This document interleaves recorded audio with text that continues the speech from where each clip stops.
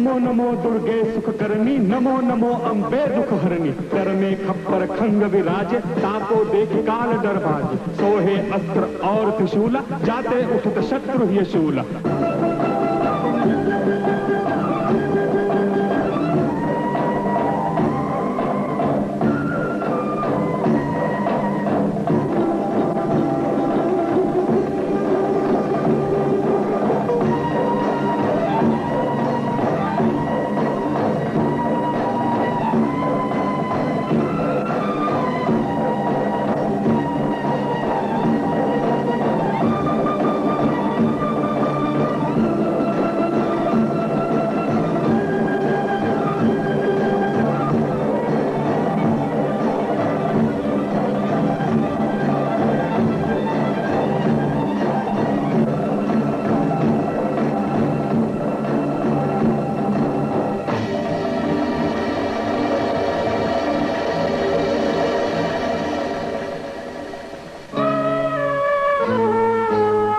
गिरिनंदिनी नंदित मेदिनी विश्व विनोदिनी नंदनुते। गिरिवर विंध्य शिरोधिनी वासिनी विष्णु विलासिनी जिष्णुनुते। गिरिवर विंध्य शिरोधिनी वासिनी विष्णु विलासिनी जिष्णुनुते। भगवती हे शितिकंठ कुटुंबिनी भूरि कुटुंबिनी भूरि कृते। जय जय हे महिषासुर मर्दिनी रम्यक पर्दिनी जय सुते।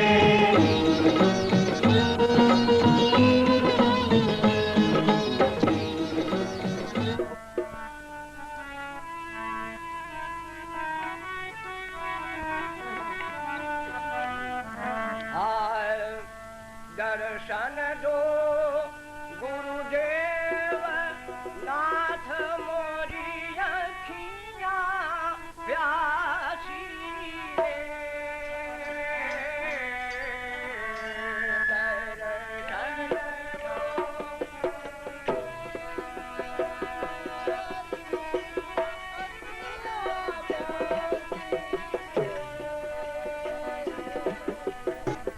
दर्शन दो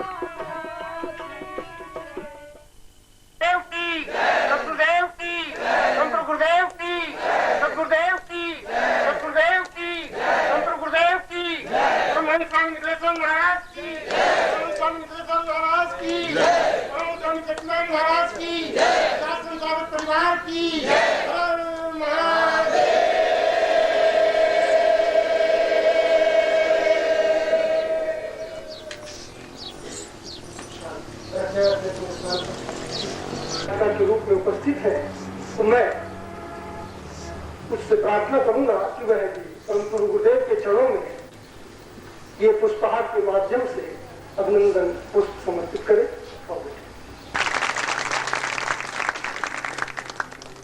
और कि उन सभी शिष्यों की ओर से जो आज यह सौभाग्य नहीं प्राप्त कर सके हैं, जो हमें आपको प्राप्त है प्रभु के चरणों में उपस्थित होकर के उनके साकार दर्शन का, उनकी अमृतवाणी सुनने का, वो भी आज किसी न किसी परिस्थिति बस यहाँ नहीं पहुंच सके होंगे और वो भी अपने घर पर बैठ करके प्रभु के अपने चित्र के आगे वो भी इस नवरात्रि साधना शिविर को पत्रिका के माध्यम से संपादित कर रहे होंगे। उनकी भावनाओं को भी हम ध्यान में रखते हुए, उनकी भावनाओं की भी कद्र करते हुए उन सब की ओर से भी यह पुष्पहार परम गुरुदेव के चरणों में और उनकी एक याद स्मृति और उनकी भावना और समर्पण भाव उसके निमित्त प्रभु की चरण में समर्पित कर रहा हूँ आप सबके लिए।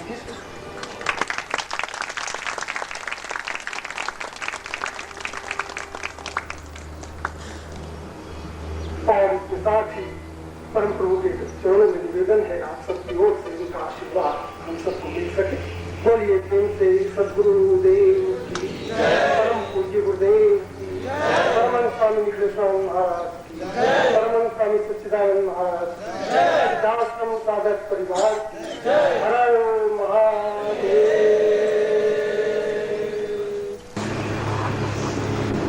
प्रातर्मरां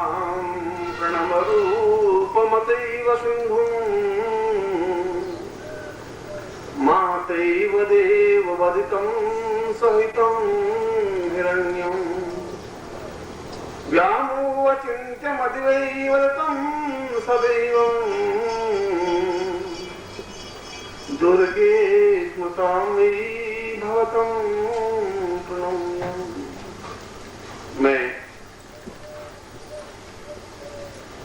आज इस विक्रमीय नए वर्ष के प्रारंभ में और नवरात्रि के प्रथम दिन आप सभी शिष्यों और साधकों, साधिकाओं और शिष्यों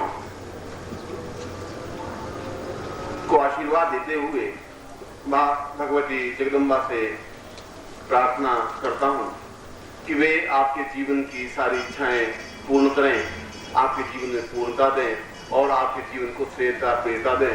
ऐसा ही मैं आपको आशीर्वाद दे रहा हूं।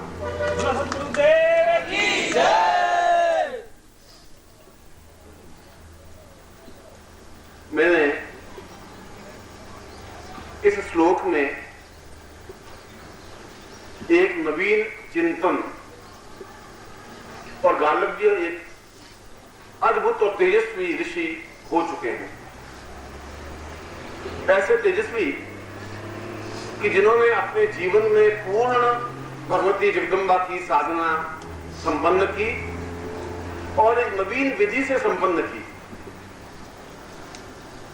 और जीवन की सारी आवश्यकताएं, जीवन की सारी इच्छाएं, मैं सोचता हूं कि गालव्य जितना ऋषि कोई भौतिक नहीं रह सकता और गालव्य जैसा व्यक्ति बहुत ज्यादा वीतरागी भी नहीं हो सकता। जीवन की दो अवस्थाएं होती हैं, या तो आगे पूर्ण भौतिक होता है जो केवल धन, पुत्र, यश, मान, पद, प्रतिष्ठा, ऐश्वर्य में डूबा रहता है। हर समय उसकी आकांक्षा, इच्छा रहती है कि ये जीवन में ये भी मुझे प्राप्त हो जाए, धन प्राप्त हो जाए, व्यापार प्राप्त हो जाए, पत्नी स्वस्थ रहे, मेरी तबियत ठीक रहे, पुत्र हो, आज्ञाकारी हो, बेटे हो, बेटियां हो, पोते हो, पोतियां हो, और ये सारा भौतिक जीवन में चिंतन बना रहता है। अधिकांश व्यक्ति ऐसे हैं। कुछ व्यक्ति ऐसे होते हैं जो वीतरागी होते हैं, जो सन्यासी होते हैं, जिन बात की कोई परवाह नहीं, न पुत्र है, न पत्नी है, न बंधु है, न बांधव है, न समाज है, न रिश्तेदार है। जो कुछ है वह इस आत्मा को उस ब्रह्म से साक्षात्कार करा देना ही जीवन की पूर्णता मानते हैं। और अधिकतर दंडी स्वामी या वीतरागी या सन्यासी जो हिमालय में है वो इस प्रकार के व्यक्तित्व है। मगर गालव्य एक ऐसे ऋषि थे जो अपने आप में पूर्ण भौतिक व्यक्ति भी थे और पूर्ण वीतरागी व्यक्ति भी बने, मगर उन्होंने अपने जीवन में उस विधि का सृजन किया जिस विधि के माध्यम से घोर भौतिक व्यक्ति भी उस ईश्वर के और चिंतन और प्रभु के या भगवती जगदम्बा के या इष्ट के साक्षात दर्शन कर सकता है। और हमारे जीवन की मूलभूत आवश्यकता यह है कि जो बहुत भौतिक व्यक्ति हैं वे भी दुखी हैं।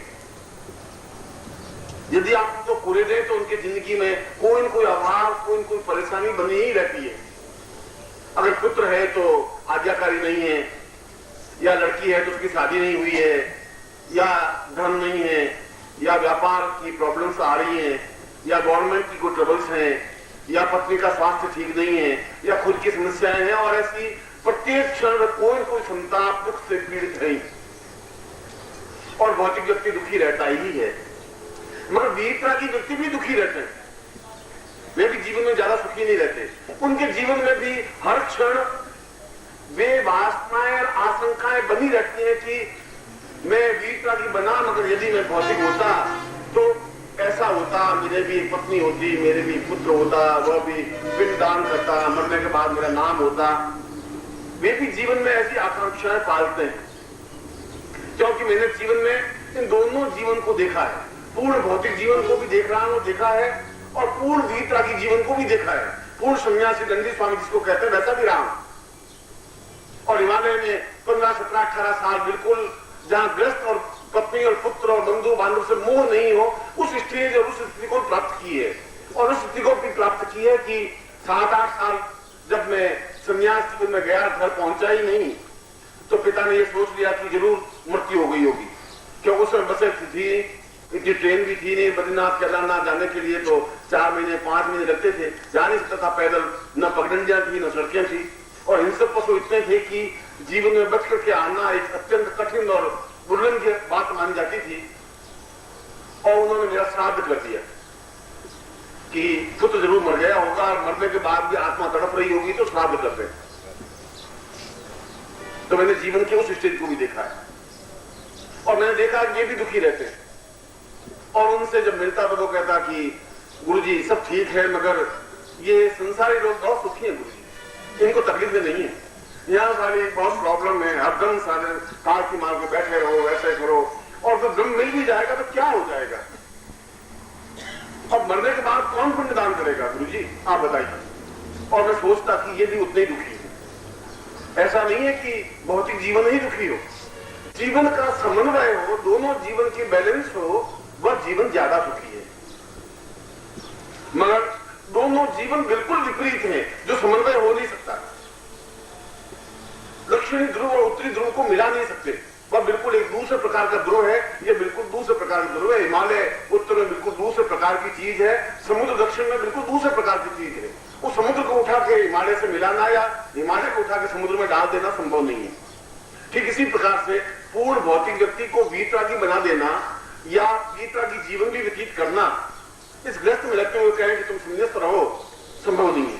और एक सन्यासी कहें कि तुम बिल्कुल भौतिक जीवन व्यतीत करो, उनके लिए भी संभव नहीं है। पर गालव्य ने ऐसा किया, और ये मुझे पंक्ति गालव्य की क्यों याद आई कि भोलानाथ ने भी एक जब भजन गाए तो उन्होंने कहा कि चक्षुरुन्मीलितम येन तस्मै श्री गुरुवे नमः, एक लाइन बोली, और शायद आपने इस लाइन को कम से कम 20 बार तो सुनी ही होगी, क्योंकि जहां पर भी शिविर लगे और जहां पर भोलानाथ जी ने गाया तो इस लाइन को वो जरूर गा ही देते हैं बीच बीच में कभी, मगर शायद भोलानाथ जी किसी अर्थ समझते नहीं है। जब भोलानाथ जी नहीं समझ रहे, जो गाने वाला नहीं समझ रहा है, तो आप भी नहीं समझ रहे हो।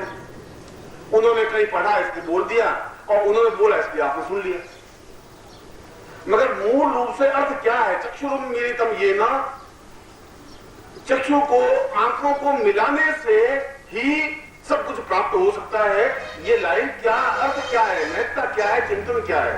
और यही चिंतन जो भोलानाथ ने बोला है वही गालव्य ऋषि ने कहा है, जो मैंने इस प्रवचन के प्रारंभ में कहा है कि भौतिक व्यक्ति भी और भौतिक व्यक्ति की जीवन की पूर्णता इस बात में है कि वह अपने जीवन में पूर्ण सुख प्राप्त करे, जो भी उसकी इच्छाएं हो, और जीवन में प्रभु के साथ